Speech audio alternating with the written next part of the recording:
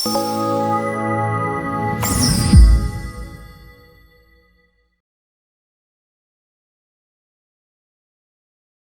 ముఖ్యమంత్రి గారు నారా చంద్రబాబు నాయుడు గారు ప్రత్యేకంగా పోలీస్ డిపార్ట్మెంట్ మీద, అదేవిధంగా డిజాస్టర్ మేనేజ్మెంట్ మీద, హోమ్ డిపార్ట్మెంట్ మీద, డిజాస్టర్ మేనేజ్మెంట్ మీద ఈరోజు ఒక రివ్యూ పెట్టడం జరిగింది.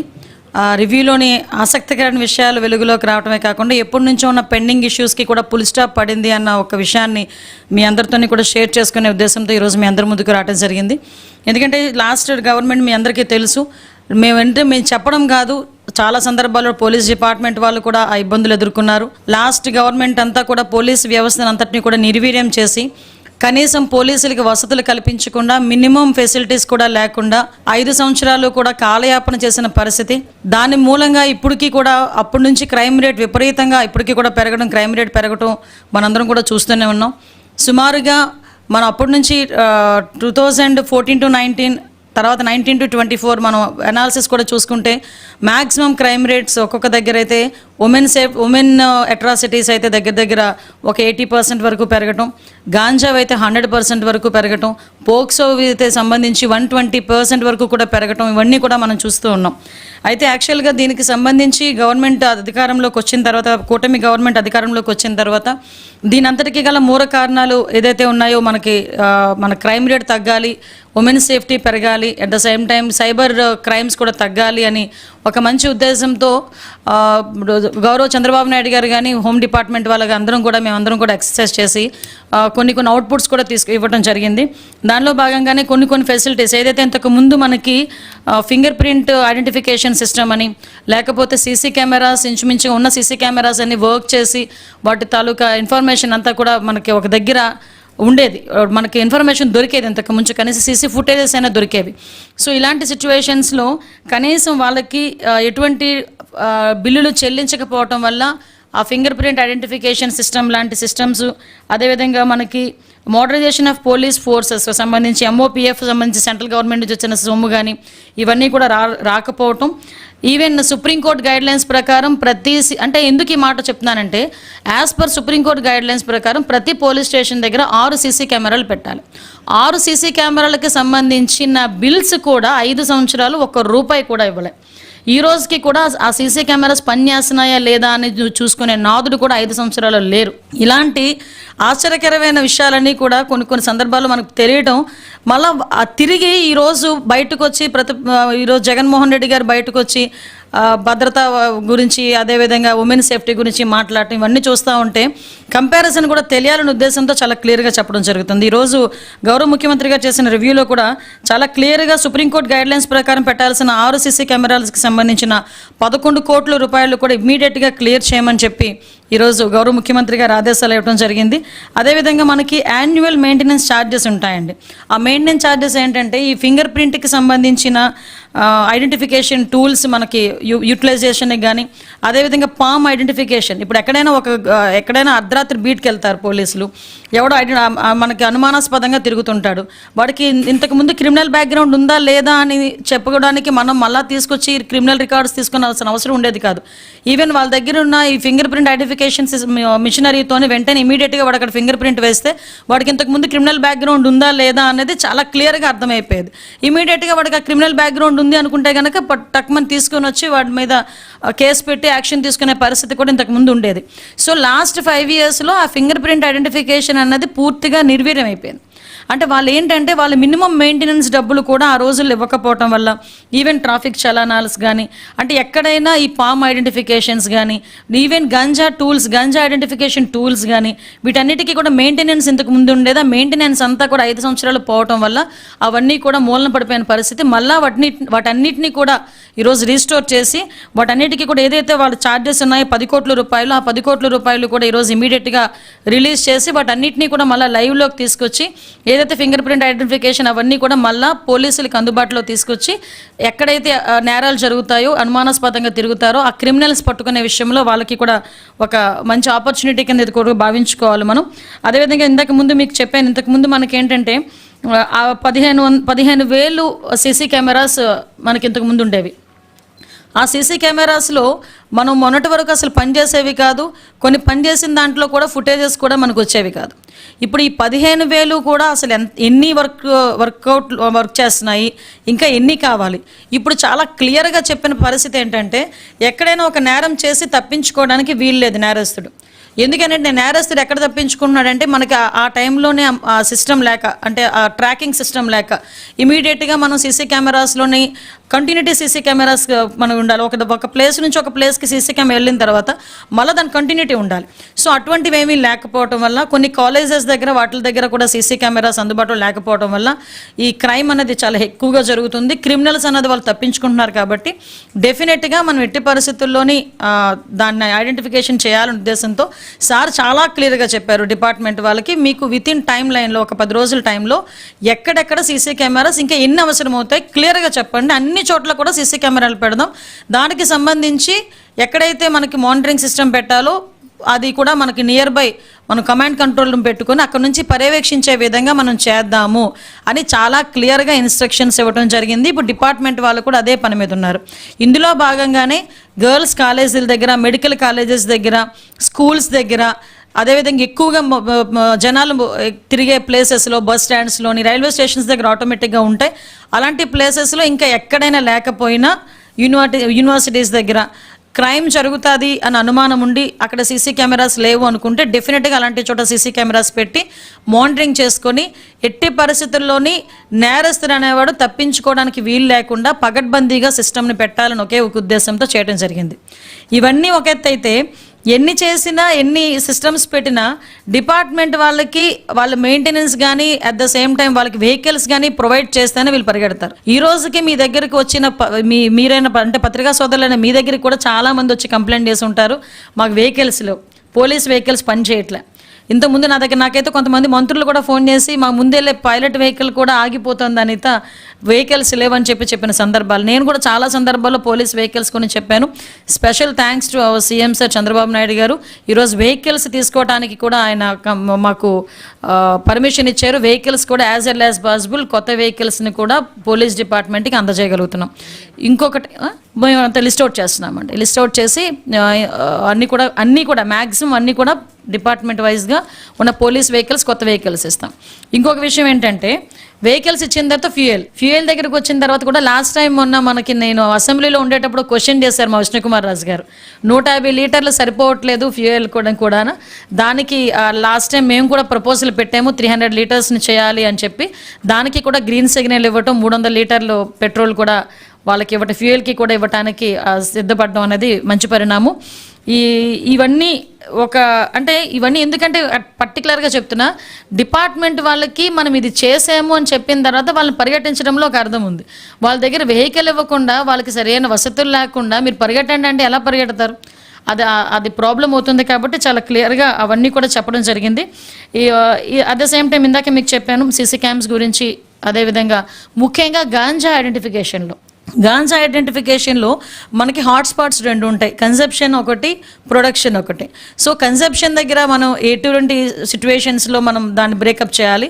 అట్ ద సేమ్ టైం మనకి ప్రొడక్షన్ దగ్గరకు వచ్చేసరికి మ్యాక్సిమం డ్రోన్ కెమెరాస్ని యూజ్ చేసుకొని డ్రోన్ కెమెరా సిస్టమ్ని కూడా పగడ్బందీగా పెట్టి ఎక్కడైతే ఈ కల్టివేషన్ చేస్తున్నారో అటువంటి ప్లేసెస్ని ఐడెంటిఫికేషన్ చేసుకొని ఆ ప్లేసెస్ దగ్గరికి కూడా అంటే ఇంచుమించుగా చెప్పాలంటే వర్చువల్ విజిలెన్స్ చేసి ఇమీడియట్గా అక్కడికి వెళ్ళి అది డిస్ట్రాయ్ చేసేటట్టుగా కానీ వాళ్ళకి ఆల్టర్నేట్ క్రాప్స్కి అవేర్నెస్ ప్రోగ్రామ్స్ కండక్ట్ చేయడానికి కానీ ఈరోజు గాంజా నిర్మూలనకి ప్రత్యేకంగా పెద్దపీట వేసి ఈరోజు పోలీస్ వ్యవస్థ అంతా పనిచేయడానికి గౌరవ ముఖ్యమంత్రి గారు చంద్రబాబు నాయుడు గారు ఆదేశాలు ఇవ్వటం.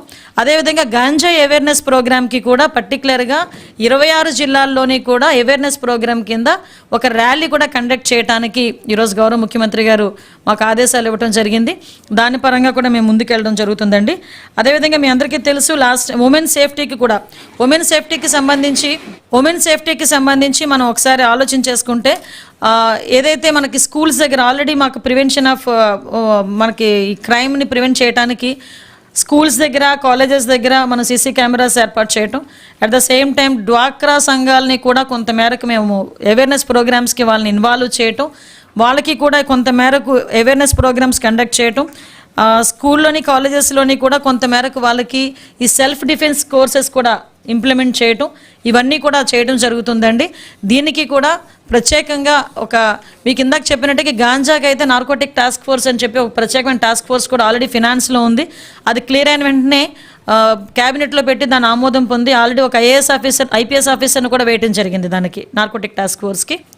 సో దానికి ఒక వింగ్ పనిచేస్తుంది, ఉమెన్ సేఫ్టీకి ఒక వింగ్ పనిచేస్తుంది, ఎస్పెషల్లీ సైబర్ క్రైమ్ దగ్గరకు వచ్చేసరికి ఎంత దారుణం అంటే సుమారుగా ఒక ప్రాణంలో 940 కోట్లు సైబర్ క్రైమ్లో పోయినాయి అంటే దేశం మొత్తం మీద మనం ఆలోచన చేసుకుంటే సైబర్ క్రైమ్ ఎంత మేరకు మనకి స్ప్రెడ్ అవుతుందో తెలియాలి. ఇందులోని చాలామంది చదువుకున్న వాళ్ళు, ఉద్యోగస్తులు ఈ ట్రాప్లో పడిపోతున్నారు. విషయం ఏంటంటే ఏదో ఒక రకంగా వాళ్ళకి ట్రాప్ చేసిన తర్వాత వాళ్ళని బెదిరించటం, బ్లాక్మెయిల్ చేయటం, వాళ్ళ దగ్గర నుంచి డబ్బులు తీసుకుని 5 నిమిషాల్లో వెంటనే వాళ్ళు దాన్ని ట్రాన్స్ఫర్ చేసేయటం. సో ఇలాంటి సిచ్యువేషన్స్లో సైబర్ క్రైమ్ మొన్ననే నాకు రీసెంట్గా మీరు అబ్జర్వ్ మీకు తెలిసే ఉంటుంది, విజయవాడలో ఒక వాక్ కూడా పెట్టాం సైబర్ క్రైమ్కి సంబంధించి. ఆ రోజు మాట ఇచ్చాను వాళ్ళకి, ప్రతి జిల్లాలోని కూడా ఒక సైబర్ క్రైమ్ పోలీస్ స్టేషన్ ఏర్పాటు చేస్తామని చెప్పి. సేమ్ యాజ్ టీజ్గా ఈరోజు అదే సైబర్ క్రైమ్ పోలీస్ స్టేషన్స్ ప్రతి జిల్లాలోని ఒక డిఎస్పీ క్యాడర్ ఆఫీసర్నిచ్చి ప్రతి జిల్లాలోని కూడా ఒక సైబర్ క్రైమ్ పోలీస్ స్టేషన్స్ని ఏర్పాటు చేయడానికి ఈరోజు గౌరవ ముఖ్యమంత్రి గారు ఆదేశాలు ఇవ్వడం జరిగిందండి. ఇవే కాకుండా ఇప్పటికీ చాలా సందర్భాల్లో మీకు చెప్పేదాన్ని, పోలీస్ అకాడమీ లేదు అని. బై గాడ్స్ గ్రేస్ అదృష్టవశాత్తు ఈరోజు ఆ పోలీస్ అకాడమీకి కూడా విజయవాడలోనే స్థలం తీసుకొని as early as possible police academy కూడా స్టార్ట్ చేయడానికి ఆదేశాలు ఇవ్వడం జరిగింది. అదేవిధంగా గ్రేహౌండ్స్కి సంబంధించి వైజాగ్లోని జగన్నాథపురంలోని మనకి 290 కోట్లు ఆ రోజు సెంట్రల్ గవర్నమెంట్ మనకి శాంక్షన్ చేసి 9 కోట్లు రిలీజ్ కూడా చేసింది లాస్ట్ గవర్నమెంట్లో. అయితే ఆ 9 కోట్లకి సంబంధించి యూటిలైజేషన్ సర్టిఫికెట్స్ కూడా వీళ్ళు సబ్మిట్ చేయకపోవడం వల్ల డబ్బులు అలా ఆగిపోయినాయి. ఆ గ్రేహౌండ్స్ సంబంధించింది కూడా ఈ రోజు వరకు మనం చేయలేకపోయాం. మళ్ళీ తిరిగి ఆ గ్రేహౌండ్స్ అకాడమీని కూడా మనం ఈరోజు మళ్ళీ స్టార్ట్ చేయడం జరుగుతుందండి. అది యాజ్ ఎర్లీ యాజ్ పాసిబుల్ గౌరవ ముఖ్యమంత్రి గారి చేతుల మీదుగా దాన్ని కూడా శంకుస్థాపన చేసుకుంటాం. At the same times 4 battalions ఈరోజు రెడీగా ఉన్నాయి. శ్రీకాకుళం, ఒంగోలు, చిత్తూరు అండ్ రాజమండ్రి 4 బెటాలియన్స్ కూడా ఈరోజు రెడీగా ఉన్నాయండి. వాటికి కూడా అంటే మీరు అబ్జర్వ్ చేయండి, 2014 to 19 దగ్గర మేము పులి స్టాప్ పెట్టింది, ఈరోజు మేము అక్కడి నుంచే స్టార్ట్ చేస్తున్నాం. అంటే 24 దగ్గరికి వచ్చేసరికి మళ్ళీ అది అక్కడి నుంచే స్టార్ట్ చేస్తున్నాం, మళ్ళీ ప్రతిదీ కూడా అక్కడి నుంచే స్టార్ట్ చేస్తున్నాం. అది ఒకసారి మీకు చెప్పాలి. నెక్స్ట్ ఇంకొకటి అసలు విషయం, ఇంతకుముందు పోలీస్ స్టేషన్స్కి వెళ్ళేసరికి చంద్రబాబు నాయుడు గారు ఇంతకుముందు ఉండేటప్పుడు ఇన్వెస్టిగేషన్ ఛార్జెస్ అని చెప్పి డబ్బులు ఇచ్చేవారు. ప్రతి పోలీస్ స్టేషన్కి ఒక 8,000 10,000 ఇన్వెస్టిగేషన్ ఆ పేపర్ ఖర్చులకో దేనికో ఇచ్చేవారు. లాస్ట్ 5 సంవత్సరాల్లో రూపాయి లేదు ఇన్వెస్టిగేషన్ ఛార్జెస్. మొన్న రీసెంట్గా మేము అందరితో కలిపి మాట్లాడేటప్పుడు ఇన్వెస్టిగేషన్ ఛార్జెస్ గురించి కూడా మాకు డిపార్ట్మెంట్ వాళ్ళు చెప్పారు. అదే విషయాన్ని ఈరోజు సార్ దగ్గర అడిగెత్తితే డెఫినెట్గా వాళ్ళకి ఇన్వెస్టిగేషన్ ఛార్జెస్ ఇవ్వాలి, ఎంత పడుతుంది ఎంత ఇవ్వాలనేది మనం క్రియేటివ్గా తీసుకుందాం, ఇస్తున్నామని మాత్రం చెప్పండి అని చెప్పి చాలా క్లియర్గా చెప్పడం జరిగింది. డిపార్ట్మెంట్లో ఉన్న ప్రతి పోలీస్ స్టేషన్కి కూడా ఇన్వెస్టిగేషన్ ఛార్జెస్ కూడా మేము ఇవ్వబోతున్నాం. Next forensic lab. నాకు అర్థం కాదు ఏంటంటే అంటే నేను సర్కాస్టిక్గా చెప్పడం కాదు కానీ దిశ యాక్ట్ పెట్టారు, దిశ చట్టం అని చెప్పి తీసుకొచ్చాం. 21 రోజుల్లో శిక్ష పడిపోతుందని చెప్పి ఆ రోజు ఊకదంపుడు ప్రసంగాలు ఇచ్చారు. అసలు 21 రోజుల్లో శిక్ష పడాలి అనుకుంటే మనం ఛార్జ్ షీట్ ఫైల్ చేసిన దగ్గర నుంచి, ఎంక్వైరీ చేసిన దగ్గర నుంచి, ఇన్వెస్టిగేషన్ చేసిన దగ్గర నుంచి, ఫోరెన్సిక్ రిపోర్ట్ తీసుకొచ్చిన దగ్గర నుంచి ఇవన్నిటి కూడా ఒక లింక్డ్ డాట్ కనెక్ట్ చేసి ఇదంతా ఒక లింక్ ప్రొసీజర్. ఈ లింక్ ప్రొసీజర్లో ఫోరెన్సిక్ అనేది చాలా మేజర్ పార్ట్ ఫోరెన్సిక్ తీసుకుంటుంది. సో ఫోరెన్సిక్ ల్యాబ్ అన్నది ఆ రోజు ఇంచుమించుగా 45 నుంచి 49 కోట్ల రూపాయలు ఆ రోజు శాంక్షన్ చేసిన తర్వాత, వర్క్ స్టార్ట్ చేసిన తర్వాత కేవలం అమరావతిలో స్టార్ట్ చేశారని ఏకైక కారణంతో ఫోరెన్సిక్ ల్యాబ్ను కూడా ఆ రోజు కన్స్ట్రక్ట్ చేయడం ఆపేశారు.